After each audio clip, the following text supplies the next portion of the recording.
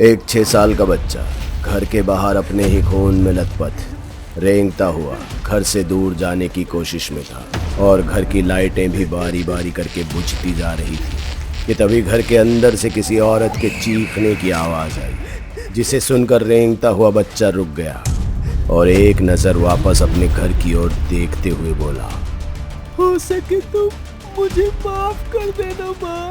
इतना कहे वो बच्चा अपने आंसू पोंछ रेंगता हुआ घर से दूर जाने की कोशिश में था कि तभी घर का दरवाज़ा खुला और 2 पैर उसकी तरफ बढ़े चले आ रहे थे, जिसकी आवाज़ सुनकर वो रेंगता हुआ बच्चा डर से कांपने लगा और अगले ही पल किसी ने उस बच्चे के बाल पकड़े और बालों से ही उसे घसीटता हुआ घर के अंदर ले गया और उस बच्चे की चीख से चारों तरफ मौत की शांति पसर गई। 5 साल बाद। दिनेश, शहर से इतना दूर घर लेने की क्या जरूरत थी? बच्चों को स्कूल जाने में कितनी प्रॉब्लम होगी और खाने पीने का सामान सब हम कैसे लाएंगे? देखो रिचा, धंधे का हाल तो तुमने देखा ही है, कैसे मुंह की खानी पड़ी है। जितना पिछले 10 सालों में कमाया था सब चला गया, बस दुकान का बचा हुआ कुछ सामान बेचकर एक जगह और ये घर किया है। अब देखो कुछ दिन एडजस्ट करना ही पड़ेगा। और फिर तुम हो तो बच्चे जिद करे तो संभाल लेना प्लीज। दिनेश और रिचा दोनों पति पत्नी हैं, दोनों आपस में बात कर ही रहे थे कि तभी दिनेश ने ब्रेक लगा गाड़ी को एक सुनसान बंगले के आगे रोक दिया। तुम तो बोल रहे थे कि कोई छोटा मोटा घर होगा, पर ये तो बंगला है, वो भी इतना बड़ा। रिचा, जितने पैसे बचे थे उतने में शहर में सिर्फ 2 BHK मिलता है, लेकिन शहर से दूर हमें एक पूरा बंगला मिला है। चलो अब जल्दी से बच्चों को उठाओ, घर को सेट भी करना है।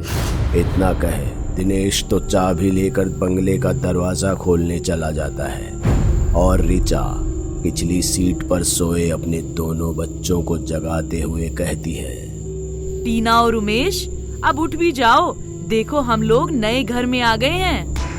ये सुनते ही उमेश तो तुरंत ही गाड़ी से उतर घर के आसपास की जगह देखने लगा, पर टीना को ये घर देखने में अच्छा नहीं लग रहा था, लेकिन वो चाहकर भी ये बात किसी को नहीं बता सकती थी, क्योंकि 3 साल पहले एक हादसे के बाद से उसकी आवाज़ चली गई थी, जिसके बाद उसने कभी भी किसी से बात नहीं की।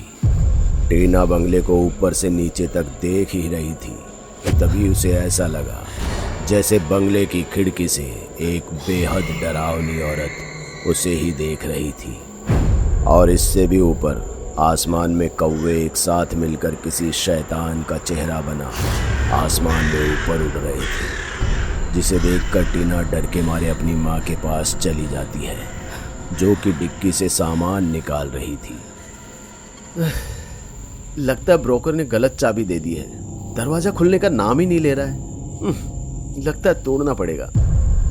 कुछ नहीं तोड़ना है, घर के अंदर जाने से पहले ही तोड़ फोड़। टीना, तुम पापा के साथ जाओ, देखो कहीं दरवाजा जाम तो नहीं हो गया। अपनी माँ की बात सुन उसने फिर से दरवाजा खोलने के लिए दरवाजे को छुआ ही था कि दरवाजा अपने आप ही खुल गया। ये देख दिनेश तो बड़ा खुश हुआ, लेकिन टीना को ये बात बड़ी अजीब लगती है। तभी उमेश भागता हुआ अपने पापा के पास आता है। वो डर के मारे कांप रहा था, पर इससे पहले कि वो कुछ कह पाता, रिचा ने उसे बड़ा सा बैग थमाते हुए कहा, ये लो अपना बैग, इसमें सिर्फ तुम्हारा सामान है और अब इसे तुम्हें खुद ही सेट करना होगा। चारों लोग अपना अपना सामान लेकर घर के अंदर चले गए। फिलहाल 2 ही कमरों की सफाई हुई थी, इसलिए एक कमरे में दिनेश और रिचा रुके और दूसरे कमरे में टीना और उमेश। आज काम ज्यादा था, इसलिए सब लोग जल्दी खाना खाकर अपने कमरे में सोने के लिए चले गए। टीना और उमेश भी बिस्तर पर लेटे हुए थे।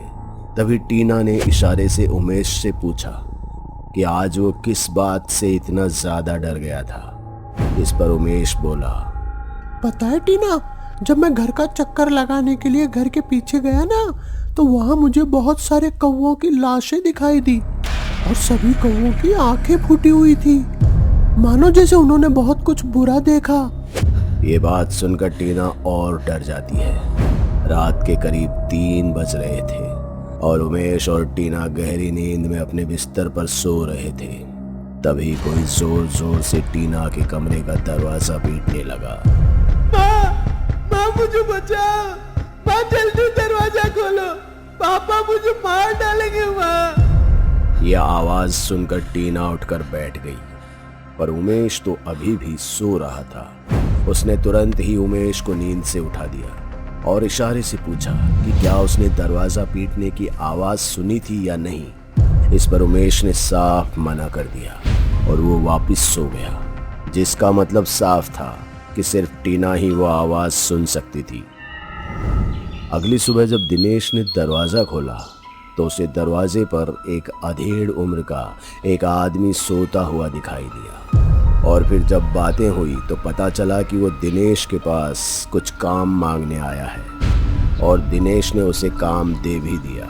दोनों साथ मिलकर घर के आसपास का जंगल साफ करने लग गए, जहां आने वाले दिनों में दिनेश खेती करने की सोच रहा था। दरअसल उसका प्लान था कि वो इस बंगले को एक पुराने ज़माने के होटल में बदल सके, जहां लोग उन पुराने दिनों की याद कर प्रकृति का आनंद ले सके।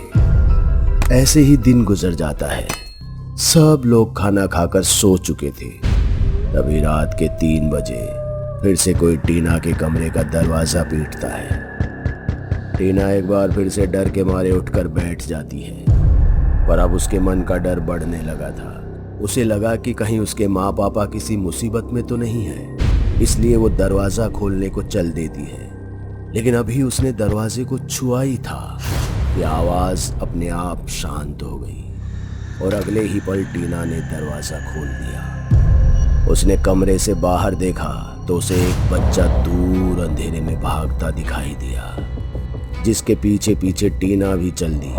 वो बच्चा भागता हुआ घर के बेसमेंट में जा रहा था और बच्चे के पीछे जब टीना भी बेसमेंट में पहुंची तो उसे चारों तरफ कौवों की लाशें मिली और उन सब की आंखें फूटी हुई थी। ये सब देख टीना के भी होश उड़ गए। उसे अब डर लगने लगा था।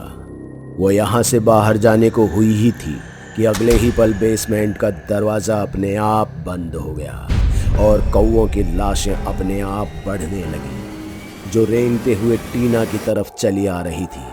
टीना डर के मारे चिल्ला रही थी और चिल्ला चिल्ला कर अपने परिवार के लोगों को मदद के लिए बुला रही थी, मगर उसके गले से आवाज़ नहीं निकल रही थी और धीरे धीरे कौवों की लाशों का ढेर इतना बढ़ गया कि टीना उसमें समा गई। वो कौवों की लाशों के नीचे पूरी तरह से दब चुकी थी।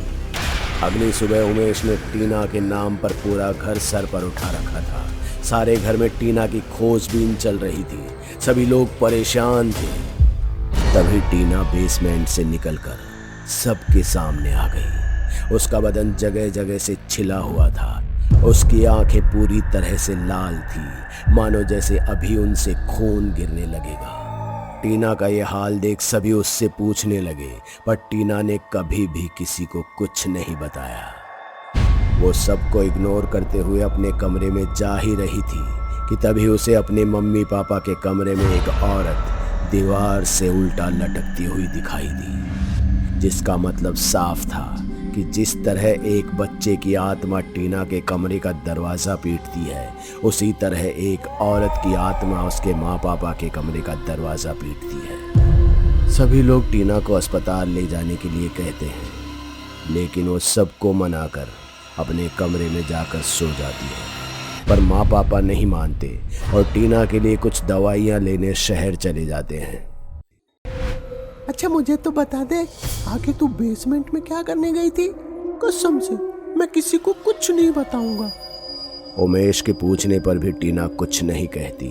तभी उमेश टीना से कहता है, अच्छा सुन, मैं ना बहुत दिनों से तुझसे एक बात कहना चाहता हूँ। जब से मैं इस घर में आया हूँ, मुझे एक छोटी लड़की की आत्मा दिखाई देती है, जो हर वक्त मुझे ही देख रही होती है। उमेश की बात सुन टीना के होश उड़ गए थे, क्योंकि अब तक उसने इस घर में बस 2 ही आत्माओं को देखा था। एक छोटे बच्चे की थी और एक दूसरी बड़ी औरत की। टीना उमेश से इशारे में कहती है कि क्या वो उसे उस लड़की की आत्मा तक पहुंचा सकता है। इस पर उमेश सीधा उसे बंगले के एक खुफिया कमरे में ले जाता है, जिसमें ऑपरेशन करने का बहुत सारा सामान पड़ा हुआ धूल खा रहा था। लेकिन इससे पहले कि टीना कुछ समझ पाती, किसी ने पीछे से दोनों के सिर पर इतना तेज हमला किया कि दोनों बेहोश हो गए। और जब टीना को होश आया तो उसने खुद को रस्सियों में बंधा हुआ पाया और उसकी आंखों के सामने उसका भाई उमेश ऑपरेशन टेबल पर लेटा हुआ था कि तभी एक आदमी अपने हाथ में ब्लेड और कैंची लेकर उमेश की तरफ बढ़ रहा था और वो उस आदमी के कंधे पर किसी बच्ची की आत्मा को भी बैठे हुए साफ देख सकती थी। तुम चिंता मत करो, तुम्हें ज्यादा दर्द नहीं होगा, बस हल्का सा दर्द होगा, फिर उसके बाद सब सही हो जाएगा।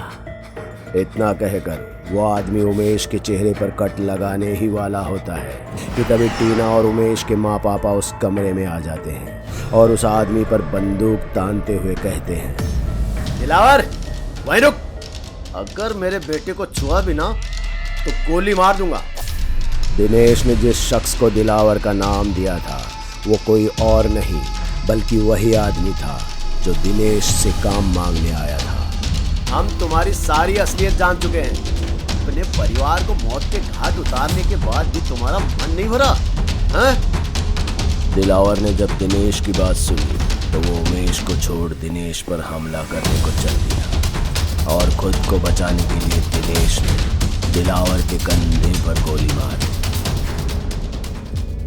दरअसल दिनेश और उसकी पत्नी रिचा जब टीना की दवाइयां लेने शहर गए थे तब उन्हें दवाई के स्टोर में दिलावर की फोटो टंगी दिखाई दी। वो एक साइको था जो कौवों का ऑपरेशन करता था, उनकी आंखें निकाल कर इकट्ठा करता था और यही आदत उसकी बेटी में भी थी। इसलिए दोनों बाप बेटी कौवों को पकड़कर दिन भर उन्हें चीरते रहते थे। और जब उसकी पत्नी और बेटे को इस बात के बारे में पता चला तो वो घर छोड़कर जाने को तैयार हो गए और फिर गुस्से में दिलावर और उसकी पागल बेटी ने अपनी माँ और बेटे का ही ऑपरेशन कर उसे जान से मार दिया। इसलिए टीना को शुरू में बेटे और माँ की ही आत्मा दिखती है क्योंकि वो ही इन्हें घर से जाने के लिए कह रहे होते हैं। दिलावर के गोली लगते ही कमरे में चीज़ें उड़ने लगी और टीना ये साफ देख सकती थी कि दिलावर के कंधे पर बैठी वो लड़की गुस्से में आ चुकी है और वो ही अपनी शक्तियों से चीज़ों को दिनेश और रिया पर फेंक रही थी। तभी टीना को दिखा कि एक चाकू हवा में सीधा उसकी माँ की गर्दन को आर पार करने के लिए हवा में है और अगर उसने जल्द ही कुछ नहीं किया तो उसकी माँ की जान जा सकती है। वो अपनी पूरी जान से माँ को पुकारने के लिए आवाज़ें लगा रही थी मगर उसके गले से शब्द ही नहीं फूट रहे थे। तभी टीना की आवाज़ से सब कुछ शांत हो गया। माँ बचिए। ये शब्द टीना के थे जिसे सुन उसकी माँ उसकी तरफ बढ़ी ही थी कि तभी वो चाकू रिचा की गर्दन को खरोंचता हुआ गुजर गया और अगले ही पल दिनेश ने रिवॉल्वर का सारा लोहा दिलावर की छाती में भर दिया और दिलावर के मरते ही सब कुछ शांत हो गया। सारा परिवार सही सलामत मौत के मुंह से वापस आ गया था। दोस्तों, अगर आपको हमारी कहानी अच्छी लगी हो तो लाइक, कमेंट और शेयर जरूर करें। साथ ही रेगुलर अपडेट के लिए चैनल को सब्सक्राइब करें और अगर आपके पास भी कोई डर से भरी दमदार कहानी है तो भेजिए हमारे मेल एड्रेस पर अभी।